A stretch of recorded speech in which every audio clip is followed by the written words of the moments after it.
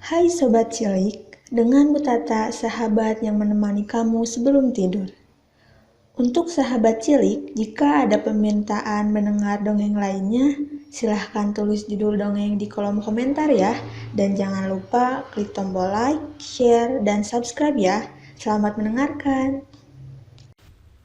Asal-usul Danau Malawen. Dahulu kala, ada seorang pemuda bernama Kumbang Banaung. Ia adalah seorang pemuda yang tampan. Ia hidup bersama kedua orang tuanya yang sudah tua dan hidup sangat sederhana. Sifat Kumbang tidak serupawan wajahnya. Ia sering bertindak kasar kepada orang tuanya dan selalu memaksakan kehendak. Ketika ayahnya sedang sakit keras, Kumbang memaksanya untuk menemani dirinya pergi berburu. "Tidakkah kau kasihan kepada ayahmu yang sedang sakit ini, Nak?" tanya ibunya dengan sedih. "Kau pergilah sendiri, ibu akan membawakan kau bekal makanan." Meskipun dengan bersungut-sungut, akhirnya Kumbang pergi berburu seorang diri. Sebelum ia pergi, ayahnya memberikan sesuatu kepadanya. "Bawalah ini adalah piring Malawen.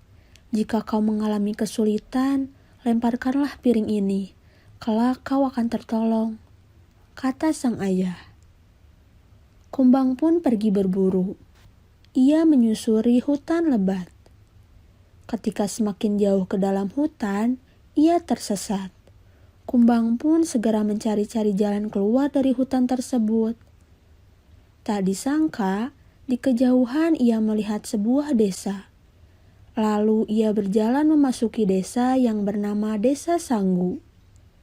Di sana sedang diadakan semacam pesta rakyat untuk merayakan masa perubahan anak gadis kepala desa dari gadis kecil ke ambang kedewasaan. Gadis cantik jelita itu bernama Intan. Kumbang terkagum-kagum melihat kecantikan gadis itu. Ketika ia kembali ke rumahnya, wajah Intan masih terbayang-bayang. Keesokan harinya, Kumbang kembali pamit untuk pergi berburu. Padahal ia pergi ke Desa Sanggu. Sesampainya di desa itu, ia berusaha mencari jalan agar bisa berkenalan dengan Intan. Akhirnya Kumbang berhasil berkenalan dengan Intan dan mereka cukup lama berbincang-bincang. Dari sikapnya, ternyata Intan juga menyimpan rasa terhadap Kumbang. Mereka pun sepakat menjalin kasih. Sejak saat itu, Kumbang semakin sering pergi ke Desa Sanggu untuk menemui Intan. Hal itu berlangsung berkali-kali, sehingga menimbulkan kecurigaan warga.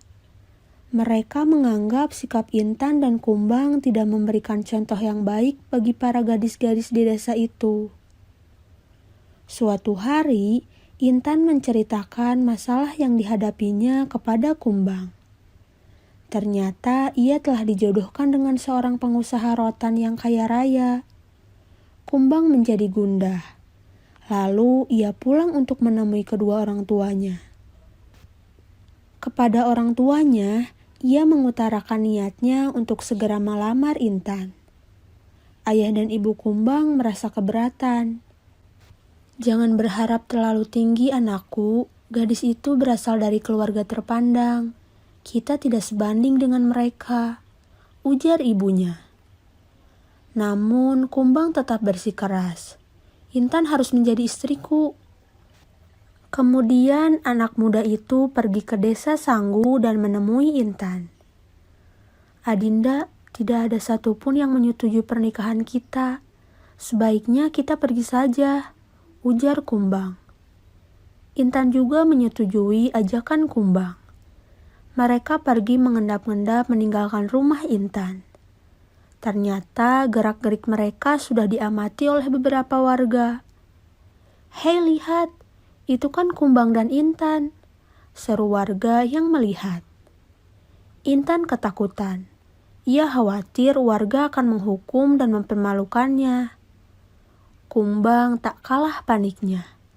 Mereka mempercepat langkah dan menghindari kejaran warga. Tiba-tiba Kumbang ingat akan benda sakti yang diberikan ayahnya, piring Malawen. Segera saja ia melempar piring itu ke tepi sungai. Ajaib sekali, piring tersebut berubah menjadi besar. Kumbang dan Intan naik ke atas piring untuk menyeberang sungai. Mereka bernafas lega karena mereka selamat dari kejaran warga. Mereka berdua tertawa gembira. Namun ketika sampai di tengah sungai, tiba-tiba terjadi badai dahsyat disertai petir menyambar dan hujan yang sangat lebat. Piring Malawen tidak mampu menahan gelombang dan cuaca seburuk itu. Piring itu pun terbalik.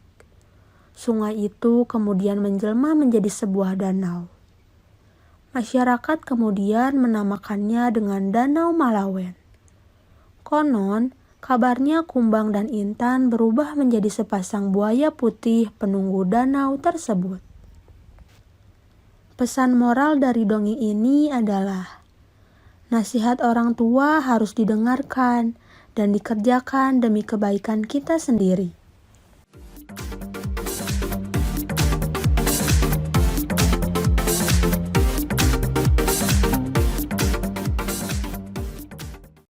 Hai Sobat Cilik, dengan Bu Tata, sahabat yang menemani kamu sebelum tidur.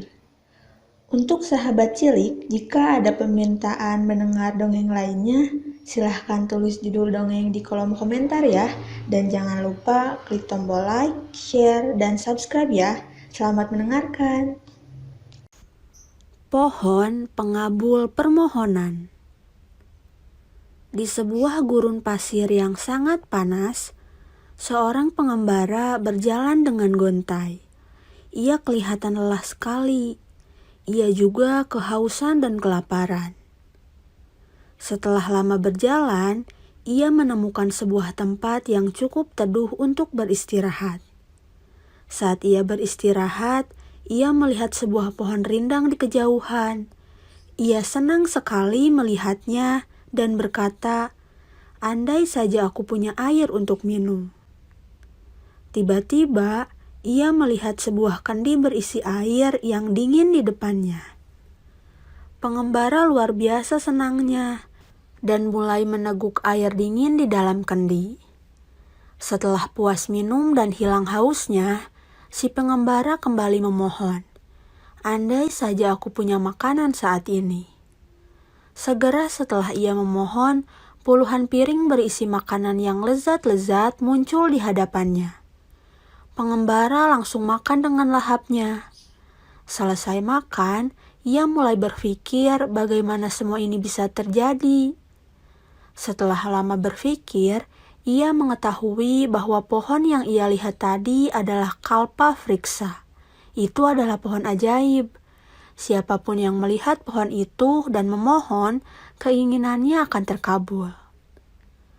Pengembara tidak menyia-nyiakan kesempatan itu.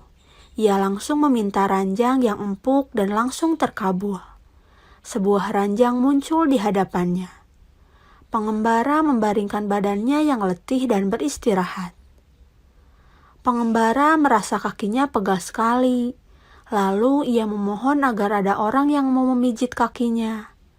Benar saja, seorang wanita muda muncul dan mulai memijat kaki si pengembara. Akhirnya si pengembara tertidur. Pengembara tertidur cukup lama. Saat ia bangun, wanita muda yang memijitnya tadi masih berada di sisinya. Pengembara mulai berpikir lagi. Bagaimana semua ini bisa terjadi? Bisakah aku mendapatkan banyak hal dengan memohon saja tanpa perlu bekerja sama sekali? Ataukah ini hanya tipuan setan? Pikirnya. Selesai pengembara berpikir demikian, mendadak setan muncul menggantikan sosok wanita muda tadi. Setan itu tertawa terbahak-bahak. Lalu si pengembara berkata, "Apakah setan ini akan memakanku?" Setan lalu membuka mulutnya lebar-lebar hendak memakan pengembara. Melihat hal itu, pengembara ketakutan. Ia melompat dari ranjang dan langsung berlari sekuatnya. Setelah lama berlari, pengembara melihat ke belakang. Ternyata setan itu sudah tidak mengejarnya. Ia pun bernafas lega. Pesan moral dari dongeng ini adalah, jika menginginkan sesuatu, berusahalah dengan keras. Setelah itu berdoalah kepada Tuhan. Jangan pernah menginginkan sesuatu dengan cara instan tanpa berusaha.